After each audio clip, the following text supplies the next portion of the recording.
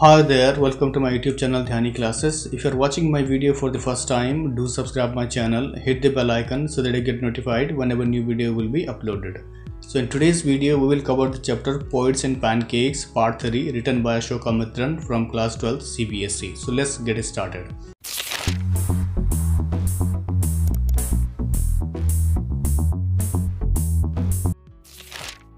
So in the second part of the chapter, we have seen the boss SS Wassen closed down the story department, and that was the surprising thing, and it could be the reason of flop films.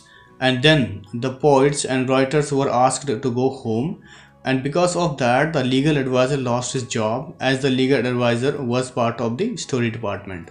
So let's jump into the third part of the chapter now. And further he says Jiminy Studio was favorite haunt of poets like SDS Yogyar, Sangu Subramaniam, Krishna Sastri and Harindranath Chattopadhyay.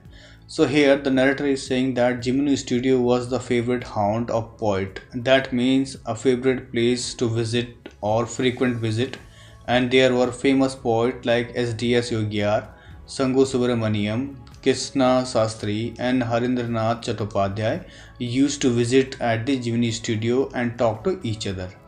It had an excellent mess which supplied good coffee at all times of the day and for the most part of the night. So here he is saying that about an excellent mess, that means cafeteria where food is provided and especially good quality of coffee was provided throughout the night, and that was the excellent part of the cafeteria. Those were the days when Congress rule meant prohibition and meeting over a cup of coffee was rather satisfying entertainment. That means in those days ruling party was Congress in India, and the government prohibited many things or banned many things such as going outside without taking permission, or one could not go outside as they wish, and that was the great way they had to join each other company for a cup of coffee, and this cup of coffee with friends was a great source of entertainment. Barring the office boys and a couple of clerks, everybody else at the studio radiated leisure, a prerequisite for poetry. So here the narrator is saying that barring the office boys and a couple of clerks, that means except office boy and clerk did not join cup of coffee for entertainment, and rest poets and writer used to enjoy each other's company while having a cup of coffee, and they believed that it is prerequisite for poetry. That means it is necessary to have fun or to talk with each other while coffee, because it will help them to be able to write excellent poetry for the film.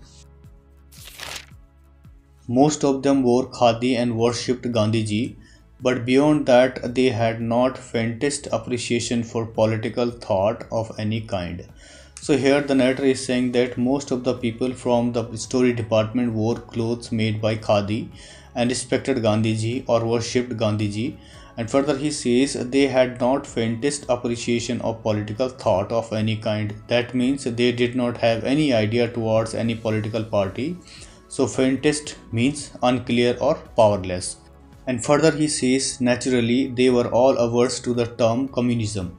That means they dislike the term communism. So communism refers to the political system in which the state owns the control of factories, farms, services, etc., and all aims to treat everyone equally. A communist was a godless man. He had no filial and conjugal love. So here he is saying that communist person did not believe in God, and he had no filial and conjugal love. That means he did not have any compassion towards his spouse, parents and children as well. And further he says he had no compunction about killing his own parents or his children. That means the communist person would not hesitate in killing his own parents or his children. So compunction means hesitation. And further he says he was always out to cause and spread unrest and violence among innocent and ignorant people. So this communist person who could kill his parents and children was always responsible to create violence and disturbance among the innocent and ignorant people. So ignorant means lacking in knowledge and innocent means simple or guiltless people. So this was the belief in the communist people in those days. And further he says such notions which prevailed everywhere else in South India at that time also naturally floated about vaguely among the khadi clad poets of Jimny studios.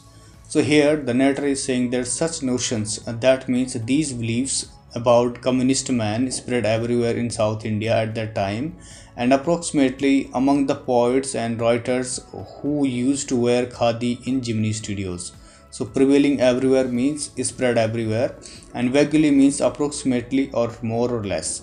And further he says evidence of it was soon forthcoming. That means whatever people were thinking about communist man would be seen shortly. That means the evidence of communist reached very near to this city, and something was going to happen very soon, that which will prove that communist has reached there even at the Jimny studios. So forthcoming means upcoming or next. When Frank Buchmann's moral rearmament army, some 200 strong, visited Madras sometime in 1952, they could not have found a warmer host in India than the Jimny studios. So here the narrator is talking about Frank Buchmann's moral rearmament army. So this moral rearmament army was an international moral and spiritual movement, and it was developed from American Minister Frank Buchmann. So this army visited Madras in 1952 with 200 strong performers, and further he says they could not have found a warmer host in India than the Jimny studios. That means they came in India and then they visited the Jimny studios and did some performances there at that time, and Jimny studios showed extreme hospitality when this Frank Buchmann's moral rearmament army came. And further he says someone called the group an international circus. That means this army referred to as an international circus group. They weren't very good on the trapeze, and their acquaintance with animals was only at the dinner table. So here the narrator is saying that they weren't very good on the trapeze. That means they were not circus performers, and their acquaintance with animals was only at the dinner table. That means they were not able to play games and activities with the animals, and they ate non-veg food, and other than they did not interact with animals, and there were no animals with them. And further he says but they presented two plays in a most professional manner. That means they played two performances there, and both performances were played in a professional manner. So trapeze means swimming or flying with multiple ropes and wooden. Their Jotham Valley and the Forgotten Factor ran several shows in Madras and along with the other citizens of the city. That means they played two roles named Jotham Valley and the Forgotten Factor, which was played very nicely by the army, and citizens from Madras enjoyed these shows. And further he says, and the Jimny family of 600 saw the plays over and over again. That means all people from Madras enjoyed both plays, and especially 600 people belonging to the Jimny studios also enjoyed the plays, and they watched both plays again and again because it was beautifully performed in a professional manner. The messages of the plays were usually plain and simple homilies, but the sets and costumes were first rate. So the narrator is saying that the message was given by these performers were a very simple and religious, but sets and costumes were first rate. That means whatever costume they wore, the costume were extremely good and high quality. So in the first rate refers to a high quality here.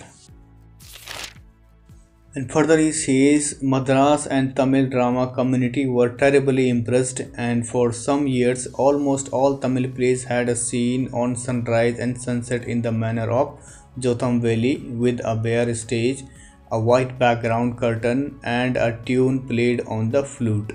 So here the narrator is saying that Madras and the Tamil drama community were impressed. That means Madras and the whole Tamil drama community and cinema world got impressed after seeing these performances.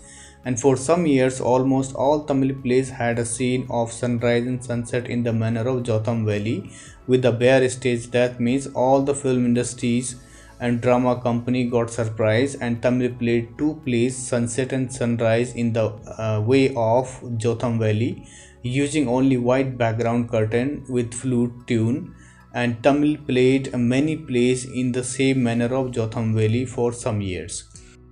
Further, he says it was some years later that I learned that the MRA was a kind of counter movement to international communism, and the big bosses of Madras like Mr. Wassen simply played into their hands. So here he is saying that it was some years later, that means after several years, I learned that MRA was a kind of counter movement to international communism. That means after few years, the narrator got to know that this MRA movement was just for counter international communisms, and they were not in favor of communism. And in this way people of Madras were thinking that Mr. Wassen had communist perfection like other communists, and he also believes in spreading violence among the innocent people, and Mr. S.S. Wassen could have been affected by this.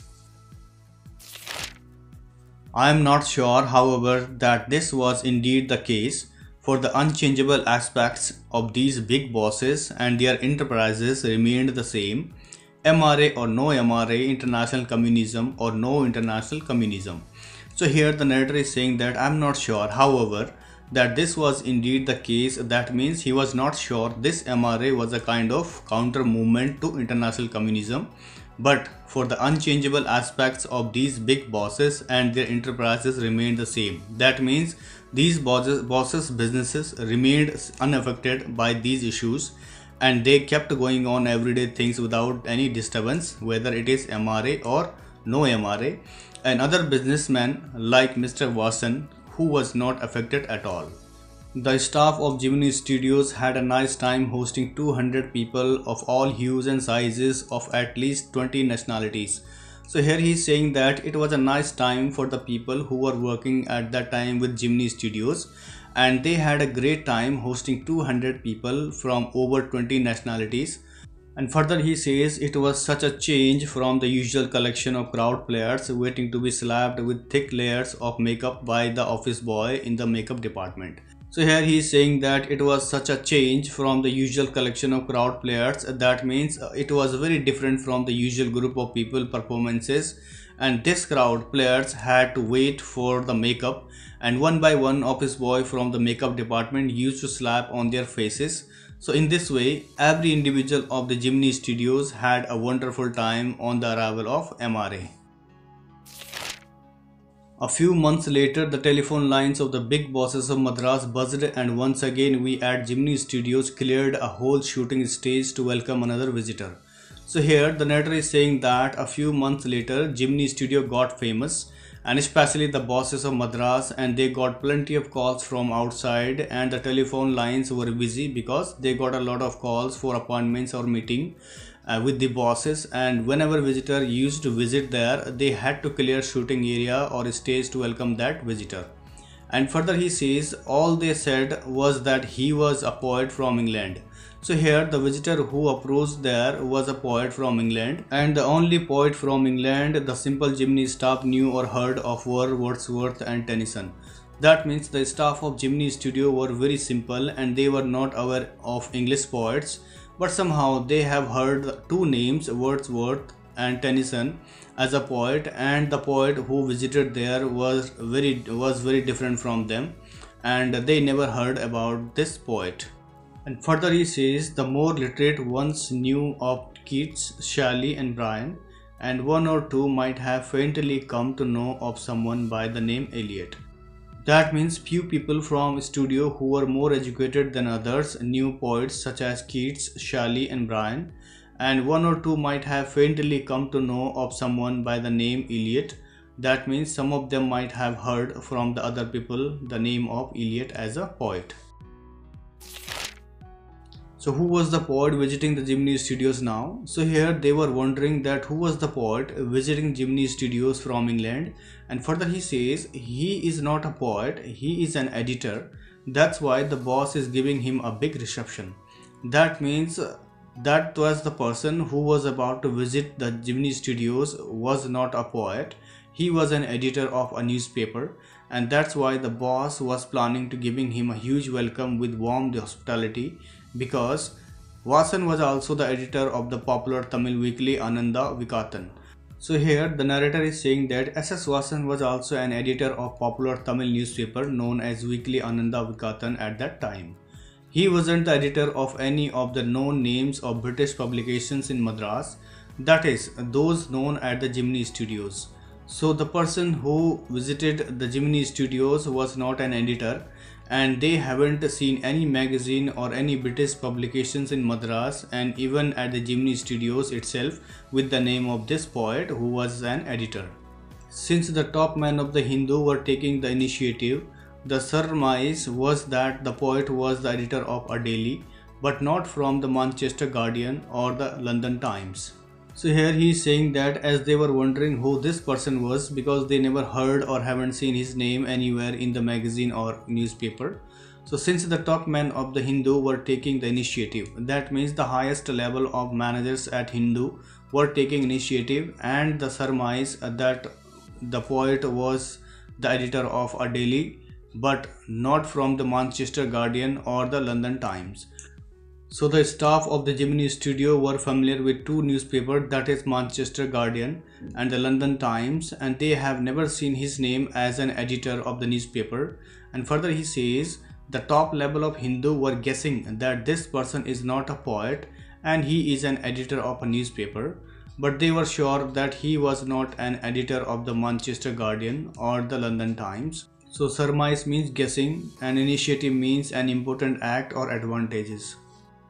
So I hope you liked the video. Let's look at the fourth part of the chapter in my next video. For more informative videos, do subscribe my channel, hit the bell icon so that I get notified whenever new video will be uploaded.